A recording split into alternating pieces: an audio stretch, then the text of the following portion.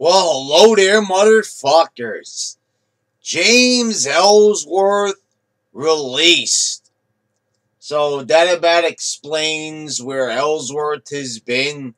We saw him getting the shit beat out of him at a fucking show. They posted it up on WWE.com. They had like all the divas just completely destroy him. The last time we saw him on SmackDown was he was facing off against Becky Lynch. Carmella just super kicked them, and then that was it. But they had all the divas destroy this guy. And, I need to ask, so James Ellsworth's career from 2016 to 2017, what the fuck was the point of that experiment? I need to ask, what was the point of all of that? So as you guys might remember, when I took a little bit of a break from the product, I got really pissed off because, AJ Styles, the same guy who's going to face Brock Lesnar at the pay-per-view at Survivor Series, Brock fucking Lesnar. He got beat by James Ellsworth. Now, I know it was because Ambrose put Ellsworth or enabled Ellsworth to pin AJ due to interference, but this was an image that I could never get out of my head. I know that there was one episode of Raw or SmackDown where the Brooklyn Brawler had pinned Triple H. But those are two different looking guys. You compare Steve Lombardi to James Ellsworth, it's a completely different end of the spectrum, to say the least. So you've got you've got a guy like Ellsworth, and they were pushing him. You could say they were putting the spotlight on Ellsworth. They gave this guy a T-shirt. And you're asking yourself, where did he come from? He had a squash match against Braun Strowman earlier in the year. He appeared on SmackDown. They moved him over to SmackDown. They thought he was a better fit. And they kept him around because the guy had no chin. And I will say that I always talk about how wrestlers need to look different. There's too many guys doing the same look. Too many guys just looking average and stuff. Well, Ellsworth not only has one of the most miserable builds I've ever seen in my life. I mean, there is no build. This is a guy that doesn't go to the gym at all. It's quite obvious. I don't know if I've ever seen a wrestler besides bitch boy cab driver Sami Zayn that doesn't look like he goes to the gym at all. I mean, my God, there's no detail on this man whatsoever. And I don't care if you come at me in this video and you say, oh, that's gay and everything like that. And, you care about... But look at him. Look at him! For God's sakes, look at Ellsworth. Look what the guy looked like. And yes, they were making him goofy and entertaining with Carmella, and I even enjoyed it. But then when they started dressing him up in the dog costume, they put the collar around his neck, which I said was a bit, raunchy at first. I was like, oh, let's see where this goes. But then they just started humiliating the guy.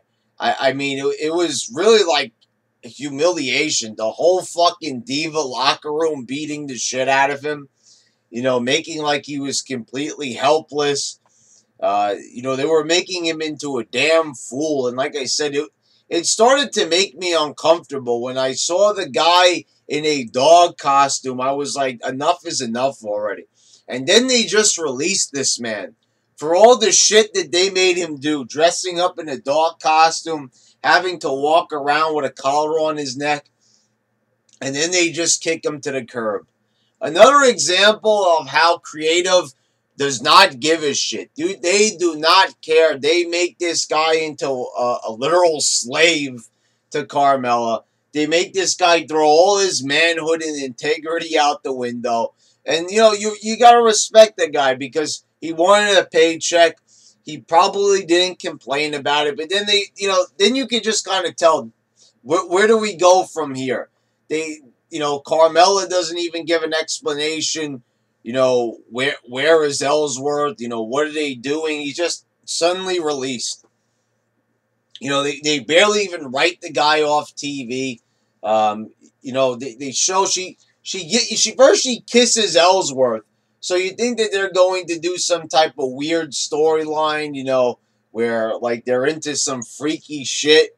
But instead, what do? They just dress him up in a fucking dog costume. I mean, and what does that say about Carmella? The fact that she wants to dress him up in it. So is it more like she just wanted to torture the guy? Or is it more like, so why did she kiss him? You see what I'm saying? Like, what are they doing? Why keep the guy around if you don't even know what you want to do with him? If you're just going to make him into a damn fool, who wants to watch that?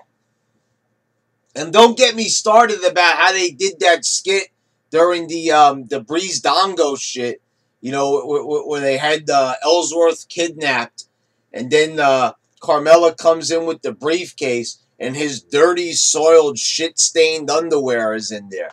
I was like, what are they trying to do to this guy? And it's not even funny. Just a very weird experiment that they had was with Ellsworth. Just a ham and egger that they pulled out of nowhere. He was a little bit entertaining at times what they'd have him say on the mic. Even though, you could tell that he was inexperienced. He did have a bit of a goofy nature to him, but it was a waste. The fact that they spent so much time on this guy at one point. The fact that they put him on a main event of a show against AJ Styles. And I know they would probably try to justify it, or they probably just don't even care, because they would say, oh, well, Steve Lombardi faced Triple H in a main event on Raw. The only difference is Steve Lombardi had been around for years, and he was a veteran since the 80s and maybe even a little bit before that. So there was a reason why they put a guy like that in there. He could wrestle. He wasn't green at all. He could carry a match. Ellsworth was just a random ham and egger that they ripped out of fucking nowhere. And they were like, well, here you go, and he's facing AJ Styles and beating him. I mean, not only was that embarrassing to AJ, but how do you go from that to having the guy, soil his underwear and sticking it in the fucking briefcase, and then having him dress up as a dog? So, this was for the best. They released the guy, and it probably was for the best, but my fucking God, what a weird fucking little run that was, experiment that they did with James Ellsworth. I don't even understand when, you look at it retrospectively, you're like, what was that even supposed to be? What was accomplished? He soiled his underwear and put it in the briefcase. Bravo. What a great accomplishment there is. When they put the accolades together of James Ellsworth on the WWE alumni page, are they going to fucking put that soiled his underwear like no one else could? Anyway, guys, what more is there to say? Ellsworth is gone, and the WWE is not any better off, and or worse off, to tell you the fucking truth. This has been your YWC champ, signing out. He was more entertaining than fuckboy Balor. Let me add that.